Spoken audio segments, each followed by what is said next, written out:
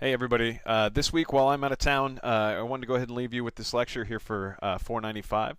We're going to be talking a lot more about collaborative planning. If you haven't figured that out by now, collaboration is one of those keys to conservation planning work that we're going to be doing.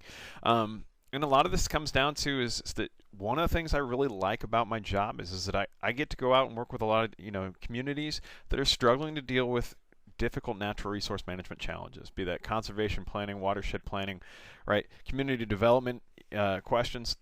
It's everything that we kind of get to, that's our sandbox. That's what we get to play in as planners. And so, anyway, the reading this week, I think actually starts talking about and putting collaboration in the context of conservation planning really well. So go ahead, take care of the reading first. It's an important reading. It's something that I think you should be able to breeze through. And I'm going to go ahead and head to the next slide. What I'd like you to do now is basically to turn off my recording, and I want you to go to another website. There's a couple quick ways you can get to this video, but the easiest being you can probably Google Malpai Borderlands Group and go to that.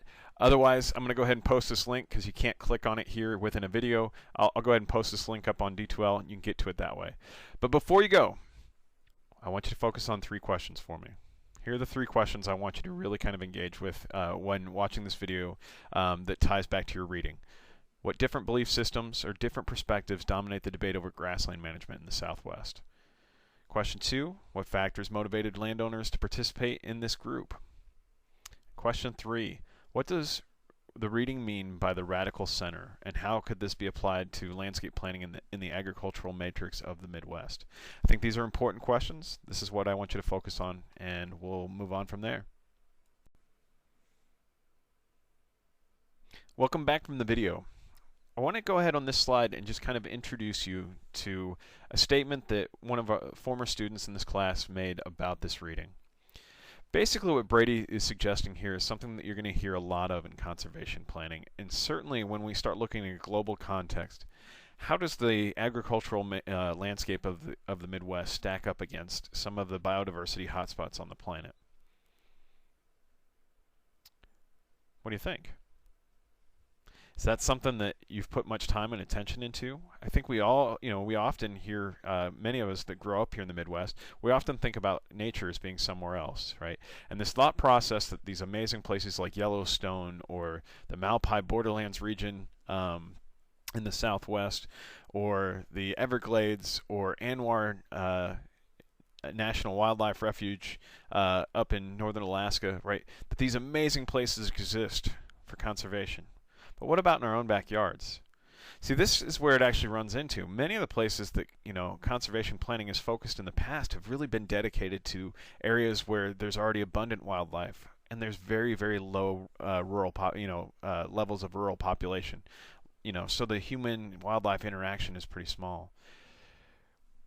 I think that one of those lessons that we're quickly learning, especially with some of the changes that are coming due to climate change, is that this discussion about resilience in the landscape has to be broader than just saving the most special places on the planet. And in a lot of ways, that's been the effort. That was the legacy of the last century. We were trying to save the most important places on the planet. But this century, we're headed in a new direction. And I think Brady's comment here sums this up a bit, is that we need to start looking in our own backyards and figuring out what our priorities are for conservation. Because if we don't do it, who is? The other piece of this, that for me it comes up, is that just understand that at some level, working in your own backyard means that you're going to have to respond to just more than just the wildlife needs. So there's other priorities that this is going to interact with. You can't talk about agricultural management on the 500 million acres of ag land here in the U.S. without understanding that food production has to be front and center in that discussion. It's not that we should exclude our conservation priorities from this landscape. It's that they have to work in concert with that primary purpose. So anyway, with that in mind, I want to go ahead and take you for the rest of this lecture kind of into starting to think about what is a collaborative process? What does it start to look like? And I'll introduce you to a study I was involved in. All right, what's coming in the next few slides is part part of the work that I did for my master's thesis. And so this was, as I was starting to really step into natural resources, my first step was really focused on farmland preservation, right? I came from a development background. I'd done a lot of development work, and I'd seen the abuses of, sprawling urban development or unplanned, unchecked urban development. And this is where I went with my career. And so just to give you a quick introduction, I'm going to talk about a particular group that formed to protect farmland and open space in their community. And here's what happens. You start off with, flat level farm ground production, high levels of production, but it's in the path of development. So what comes next? One of the first signs that you often see on the landscape is you'll actually see the for sale signs start to go up. Evidence that the land's being that parcelization is occurring, meaning that we're taking larger pieces of land and breaking them up into smaller pieces. And finally, instead of growing food, now we're growing houses, right? The landscape shifts pretty dramatically in this situation. And just remember, this is something that I mentioned in a number of my classes, but remember that the cost to the community of new development, specifically residential development that you see is very common in urban sprawl patterns. The cost of services tends to be 25% higher than what the property tax that's generated by this new development is. This is why it's important to communities. There's a financial component that comes along with this, not just from a natural resource perspective. And sometimes you're going to find that communities are left on their own.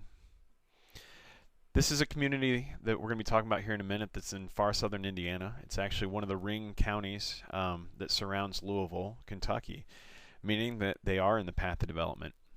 But the state of Indiana, which had been taking the lead on farmland preservation, stepped back and said, this is no longer our priority. And in fact, they don't see that the loss of farmland to urban development is negatively impacting agriculture. Rather, they have some other priorities like right to farm issues. That's where the state left this community, and so that's the context for where our story begins. And so where our story begins for Harrison County, Indiana, was that left without any state support to address what they saw as, the farmland being quickly turned into new housing developments within their community, and realistically not having the regulatory means to really put that in check.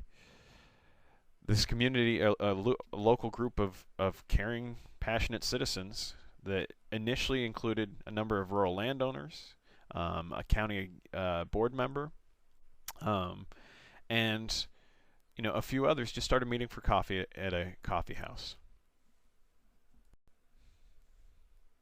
And what this group realized is that across all of them, they saw that their community was changing, and they felt a need to do something about it. But they didn't initially know how to do that. So what they did was they started asking others around the community if they saw this as a problem and if anybody might know what to do. So what we see here at the bottom of the slide and where we see collaboration starting to occur is that it all starts at some level from somebody recognizing that there's a problem. But just in and of yourself, you recognizing that there's a problem in your community, you can't do a whole lot to change it. So there's steps that start coming out of this. One of those steps is interactive participation, right? Getting together for breakfast or a cup of coffee with some neighbors. But at some level, that leads, when you get the people together and you're recognizing that there's you see this common problem and you want to respond to it. That common definition of the problem, what is it that you're trying to address, becomes a really critical next step in this process.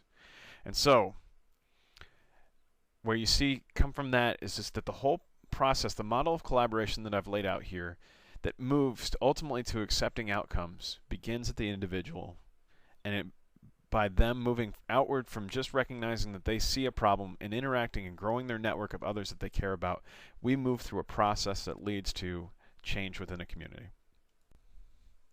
Just to kind of set the stage for you real quick, here's Harrison County, Indiana. It's in close proximity to Louisville, Kentucky. There's a major, right about the middle of the county, there's a major interstate corridor that cuts through. And what they saw was that they, from 1990 to 2000, they saw almost a 15% growth rate, meaning that they grew by they grew to 35,000 residents, and so this is pretty rapid for what is a very rural place. And so the map there on the bottom shows you that there's other resources here than just farmland. On the western side of the county, you actually see the state forest. There's also, on the eastern side, actually, there's a lot of privately owned forest land that's in the path of development as well, and the arrows are starting to show you some of where that growth is occurring. So, from a meeting of a few folks sitting around having breakfast, complaining about the loss of farmland in their community, this group actually moved to formally be recognized by the county as the Farm, Forest, and Open Space Task Force. They were actually officially recognized in 2004 after about 2 years of kind of this initial problem setting stage where it was just people kind of networking with those that they know to talk and see if others thought that this was a problem in their community. But the county, when they came in, provided legitimacy to this group and provided them with access to making rules and making changes within their community. And this is an important step in the process too. Collaboration, grassroots collaboration is wonderful, but grassroots collaboration that never actually engages in the mechanisms, in this case, local planning, local zoning, that allow you to actually make any changes is ultimately just a group of people sitting around having a discussion. Now this changed the group a little bit. It got more formal, though they actually brought the county planner in to sit on the group. But also within that is they brought in some planning expertise. And so what the county planner did is he reached out and he brought others into the process. He found a local real estate agent who was also passionate about this process, even though his livelihood was tied up in seeing what land should be developed. But he was willing and open to have a discussion about what this future could look like. They brought in representatives from other parts of the county so that this wasn't just a small group of landowners who lived down the road from one another, but this was a countywide discussion. And they started talking about what are their options, right? And amongst those options that they said was that one of the things they'd like to see is a voluntary purchase of development rights program developed.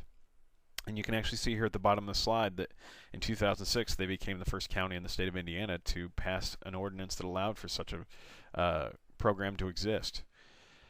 Some of that, some of the process they went through to get there between 2004 and 2006 is actually where my research fit in. And so I actually want to go ahead and step into that for a minute and talk about that real quick.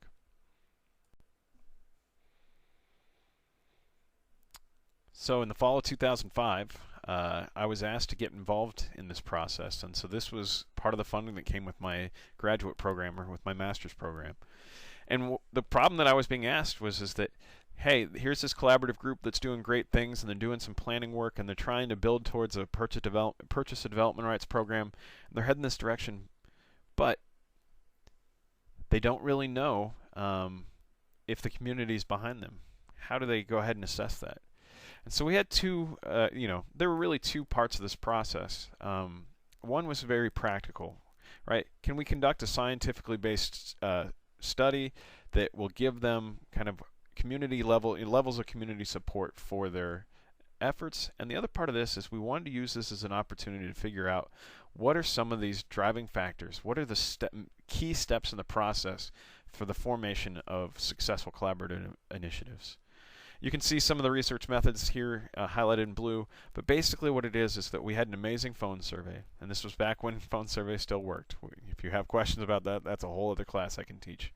But we had a 60% participation rate in this study, and so I'm going to go ahead and move on real quick, but before I do, what we were really looking for is that at the end of the day, we wanted to know if the community would accept this purchase of development rights program, if they would support that. That's the outcome, step 4 in the model that we've got built in front of you. But we also wanted to know what's actually influencing support for those outcomes. What is it within any given individual that makes them supportive of these community-wide initiatives? And what we came up with is that we were really testing for civic engagement. So how, and I'm going to describe this more in a minute, the common definition of the problem and the capacity to collaborate. And so again, the next slide will walk you through kind of how we measured that. All right, and so this is about as far into the social sciences I'm going to drag you guys for right now, but this is what I do with a lot of my research and a lot of my time when I'm helping communities out, is we take these crazy concepts like civic engagement and then we try and figure out how to measure them in a meaningful way so we can determine, different factors that are influencing success or failure of collaborative planning initiatives. And so what we're looking at here is that these are just some of the examples of the questions that were asked within the survey to try and get at these difficult concepts. Civic engagement is not real easy. I can't walk up to you and say, so, are you into civic engagement? And expect to get something that I can rely on the response that I get from everybody in the community as I ask that question. So we ask about different things. So like civic engagement, this is about willingness to participate in informal meetings of community members to have a discussion about the future, or recruiting friends and neighbors to participate in activities that benefit your community. That's what we mean by civic engagement. Those are the kind of activities, the kind of initiatives or behaviors that we need from people to help build a collaborative initiative.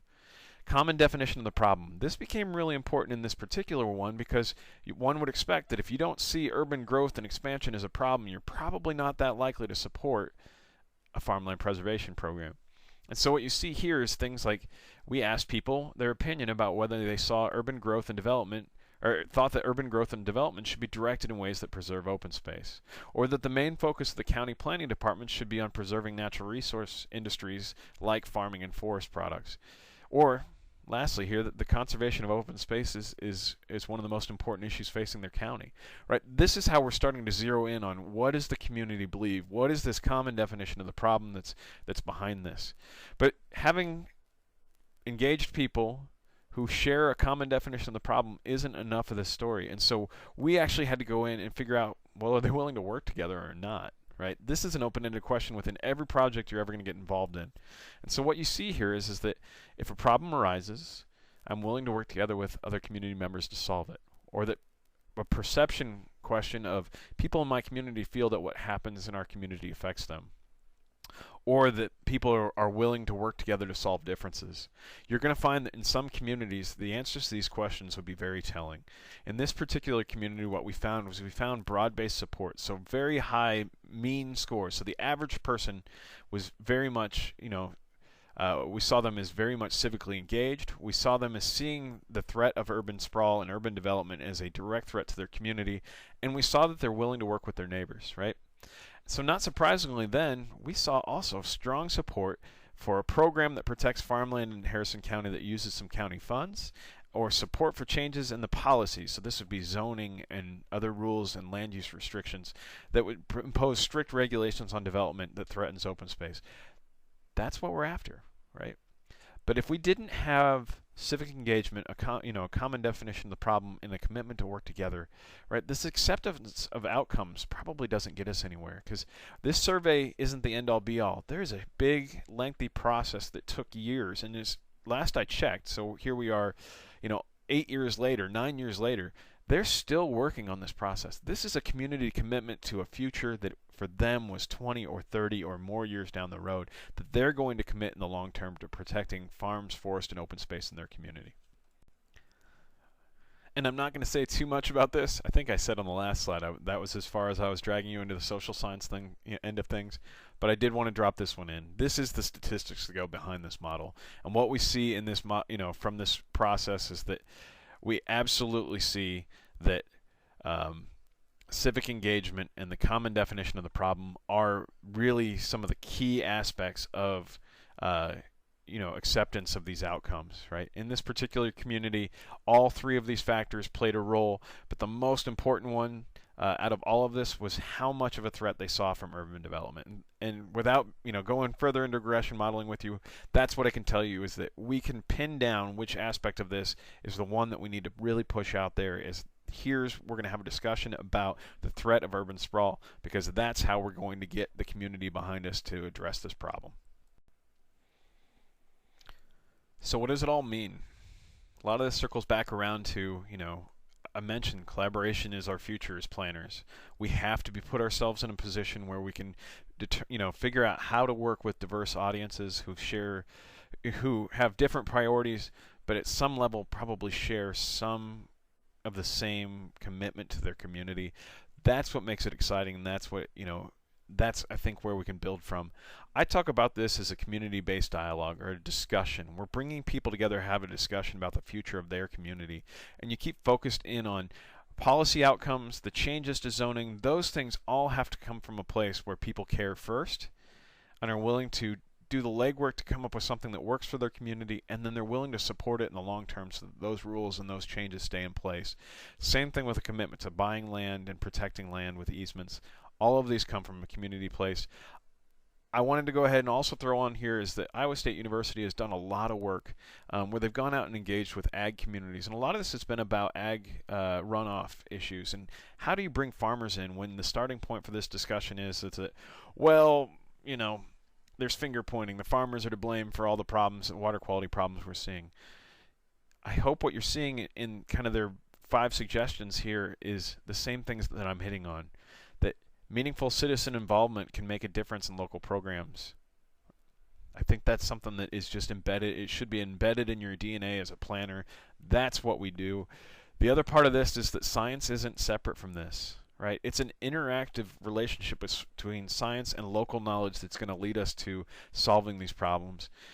Also, don't ever underestimate the ability of what citizens can and want to learn and how much they can bring into a process. They may not start off understanding the science, but you can help them get there, and that only makes for empowered local people who can make better decisions for their own community. Again, and then the last couple here are talking about the groups, and this is group capacity, at its finest. Group structure has to be a learning opportunity, but it has to also figure out a way to influence public and private decisions. And how you do that is by not just being a group isolated unto yourself, but a group that networks out into your community and reaches out and grabs onto those resources, that the technical, the financial, the other support that you can bring to this problem. That's the promise of collaboration. That's where we're going with all of this. And I hope that's what you've taken away from this half-hour lecture.